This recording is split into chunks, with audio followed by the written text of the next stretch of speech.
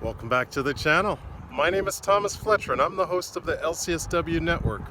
If you're new to the channel, please do me a favor by smashing that like button, by subscribing to the channel, and by sharing this video with your social work colleagues and friends. The purpose of this channel is to create a community of hope and support where social workers can come for relevant news, information, and inspiration.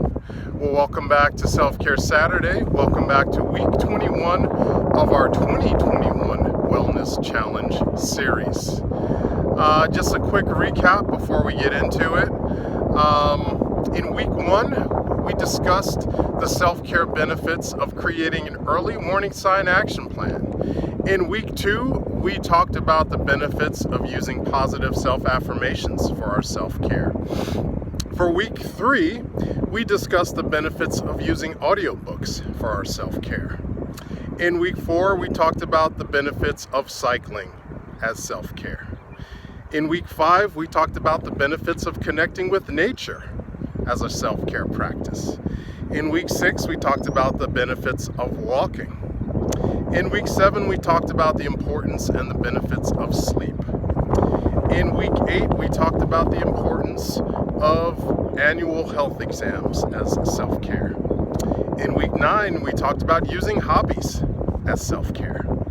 In week 10, we talked about the many visual arts that we can use for our self-care. In week 11, we talked about the benefits of maintaining friendships for our self-care. In week 12, we talked about the benefits of music for self-care. In week 13, we talked about the importance and the benefits of water and staying hydrated. In week 14, we talked about food journaling and mindful eating. In week 15, we talked about reconnecting to our purpose. In week 16, we talked about paying yourself first. In week 17, we talked about the importance of mindset. In week 18, we talked about spirituality and its benefits to our self-care. In week 19, we talked about the importance and the benefits of laughter. And in week 20, we discussed the benefits, the 10 benefits of exercise as self-care. So today, this is week 21, and we will be going over our next self-care practice, which is mindfulness. Now, I know that considering that this is a channel, that this is a series and a channel for social workers, I know all of you are very familiar with mindfulness, and many, if not all of you, are incorporating mindfulness into your clinical practice with your clients.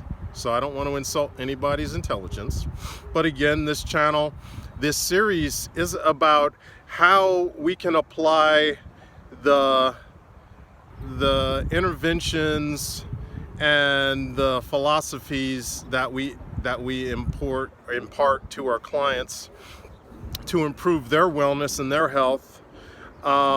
This channel and this series is all about practicing what we preach, right? So again, you can consider this episode as a form of continuing education, okay?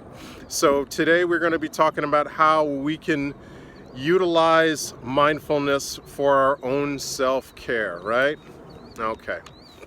So just a quick reminder about what mindfulness is, okay? Because there's new social workers that are just coming into the field, and they may not have that experience with mindfulness.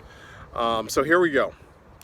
Mindfulness is a non-judgmental, receptive mind state in which individuals observe their thoughts and feelings as they are without trying to suppress or deny them. Mindfulness is all about purposefully bringing our attention into the present moment without judgment.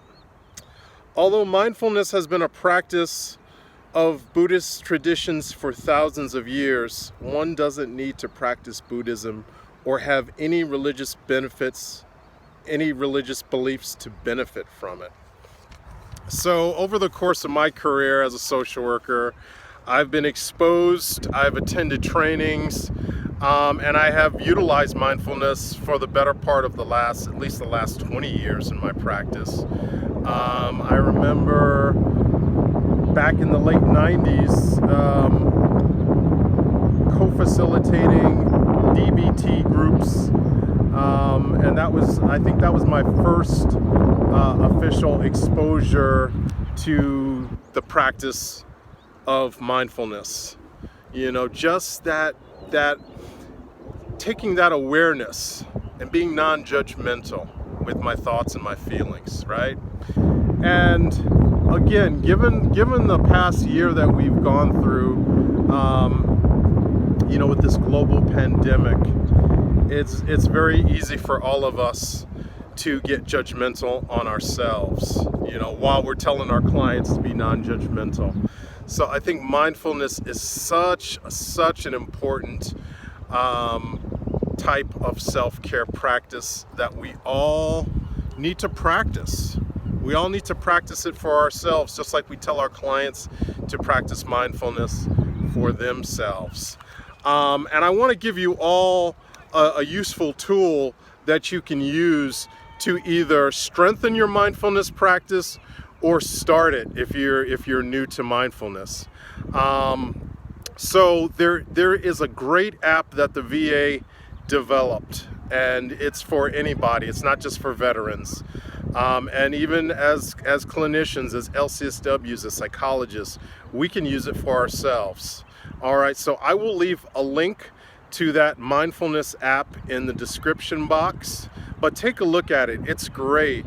It goes over exactly, the philosophy of mindfulness, and it gives you practical techniques that you can use. Okay? So I'm going to stop there. I want to thank you all for watching this video.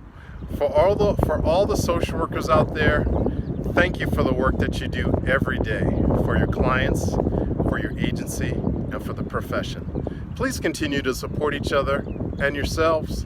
Bye for now.